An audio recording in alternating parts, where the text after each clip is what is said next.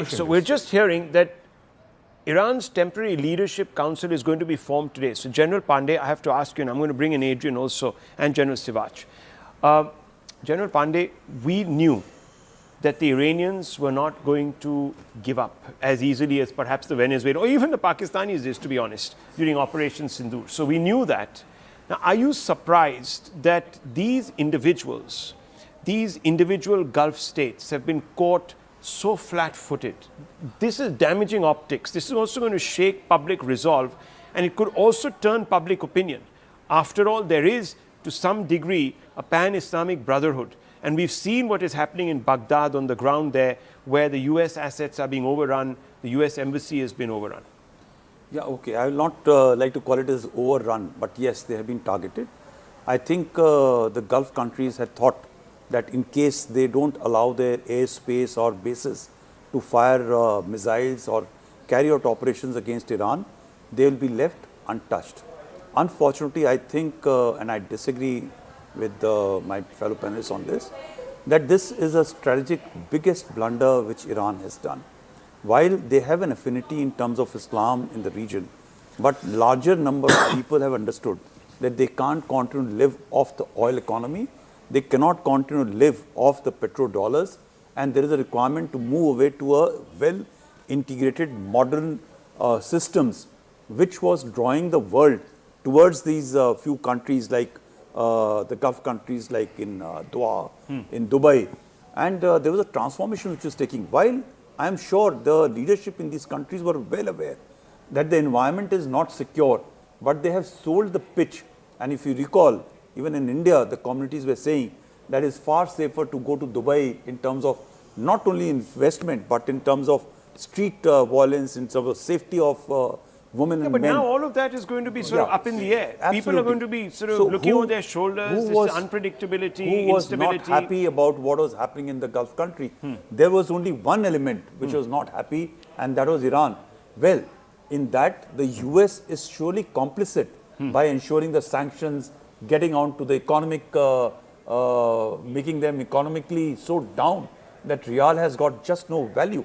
But yet, if the strategic orientation of a country continues to remain into a Cold War era environment of destruction of Israel or US, no, but I obviously think there is a will be some military objective at play here. Tom Cooper. Military objective. It is a clash of ideologies, actually. You have in India here an ideology of dialogue, of meeting people, talking with each other, communicating. And somewhere else, people do not want to communicate, but they want to impress their own will upon everybody else. And this is the system over there. We have actually one dictatorship in Iran facing 6 or 7 dictatorships in Gulf Arab states, plus de facto dictatorships in the United States and Israel now. So nobody of them is particularly nice or friendly or some great guys or whatever. So Shivani, what's the latest coming in? Yes, of course, as far as the aftermath of these strikes is concerned, we are seeing large-scale disruptions in air travel. So not just in India, where a lot of flights to and from Middle East, and obviously those that go across the Middle East, all of those have been either disrupted, cancelled till tomorrow, till March 2 already. Disruptions and cancellations have come in. But you also have a lot of Indians, particularly in the Middle East, who are now stuck in those countries. Many of them were actually trying to fly out till before these strikes happened, and airports have been struck. So therefore, they just cannot fly out right now. Think about the economic costs here. Now look at this footage that is coming on IANS. And Adrian, I'm going to come out to you. Listen, you're going to start hearing, viewers, sirens going off in Tel Aviv.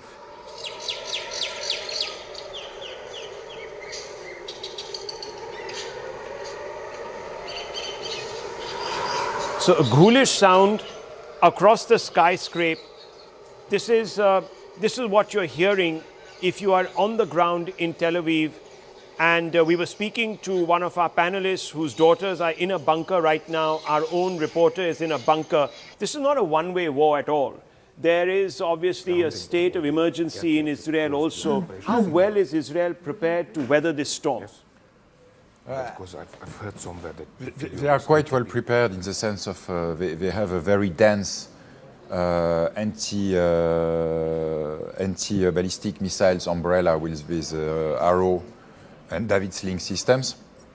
And what is more, last year they managed to have a very limited number of civilian casualties because almost every recent apartment flat has a protected safe house. So in that sense, they are well protected. However, what is extremely difficult to assess when Israel is on the receiving end of ballistic missile strikes is that they are never communicating about hits on their military bases and installations or in unpopulated area.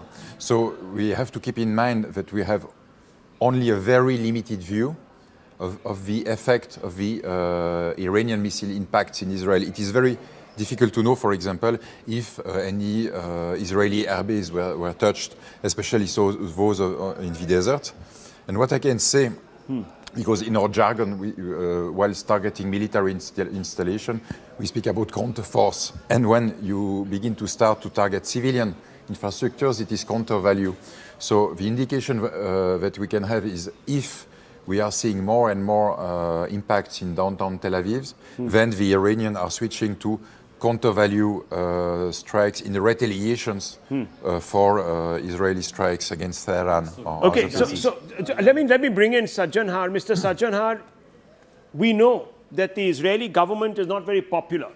We also know that there have been protests against Netanyahu and the wars that he's prosecuting. Some people believe that he wants to entrench himself in power, Shivani. That's something that has been talked about, that he is doing all of this to keep himself in power. There's an election looming in the next few months in Israel, and he wants to consolidate, he wants to build public and rally the public opinion behind him. He's a war prime minister. Since October 7, 2023, I think things have changed as far as Israel's mindset is concerned. And since then, we've heard about it for the last 2.5 years. Netanyahu has pockets of, dissatisfaction and opposition. We recently saw that play out when the Prime Minister was set to speak in their Knesset. So, that has not gone away. But I think in all of this, what we've noticed is, and our military experts can possibly point out to it more, that the resolve that this is not going to stop at Gaza, in Palestine alone, but they want to take care of the entire region, which they think is the problem. Is that actually a fact, Mr. Sajjanhar? We're coming to you, and I'm really, really thankful to you for being so patient with us. We've got a lot of inputs and a lot of ground to constantly cover. Larijani says US-Israel seek to denigrate Iran, and we are not giving up. And just a short while back, we were being told by Trump that he softened up the Iranian leadership enough for them now to be amenable. It looks as if we can actually have a conversation. He's looking for an off-ramp. It's not coming. Mr. Sajjanhar. Yeah, thank you very much, Rahul, for getting back to me. So let me make 2 points here. Number one, what you've been discussing in terms of the fact that Iran has been going out and hitting out at UAE, at Dubai, and all the other places. In my view, Iran is hitting, shooting itself in the foot by doing this. Because the understanding was earlier that when this conflict starts, and Iran had threatened that the American bases in the region are going to be hit. So it was not that, indiscriminate shooting, indiscriminate firing at even civilian populated places and marketplaces and hotels will be undertaken by Iran. So the fact that it has gone out, I think it is behaving really like a wounded animal. It has been hurt. It has been hurt so badly. There is no, in my view, there is no planning in what it is doing. It is lashing out indiscriminately wherever it can. But I think we also need to keep in mind, Rahul, that Iran has been really a pariah state as far as this region is concerned for much of the 47 years. It's only the last few years, 5, 6, 7 years, that relations have started mellowing, relations have started improving between Iran and Saudi Arabia, Iran and the United Arab Emirates, etc. And by acting like this, it is again taking itself back out of the relationship that had come. The second point here is I don't think there is going to be any softening as far as the current regime, the question you asked, current regime in Iran is concerned, because they owe their existence to the infrastructure that has been created by the Islamic Republic. First Imam Khomeini and now Ayatollah Ali Khamenei. So I don't think that they will find any takers, unlike Venezuela, who are willing to work with them. You know, the day after what Israel and US have done, they will have to look for a new leadership. Now, they don't seem to have be very convinced that Reza Pahlavi, the son of the former Shah, that he fits the bill. But then they'll really have to come up with another leadership. This leadership is not going to cooperate with him. You know, having been in Iran in the earlier years of the establishment of the revolution in the early 80s and till recently, I know that those people are inveterately opposed to anything coming from Israel and the United States. Even today, you hear chants of Mark Bar America, Mark Bar Israel, that is death to America. And they call America Shaitane Buzurg, the big devil, and Shaitane Kuchek, that is Israel, that is the small devil. So, you know, they are not going to compromise. You don't with think the so? United You don't States think, or Mr. with Israel. Sajanhar, that you're going to see some pragmatists and realists coming now into power, seeing that, look, we could be the next Gaza. You could No. turn Tehran into Berlin of the World War, of the Second World War. It could be completely reduced to rubble. Do you not see these people sort of realizing that this is a one-way street to Armageddon? No, they don't. You see, you must also understand, Rahul, in Shiaism, martyrdom is a very big objective. You know, being martyred to the cause is something that you aspire for. And that is why you will not find any one of them backing out. You know, you have to look at the ideology also. They are not rational people, so that, okay, fine, this is the end of the road and I can sort of, make a turn.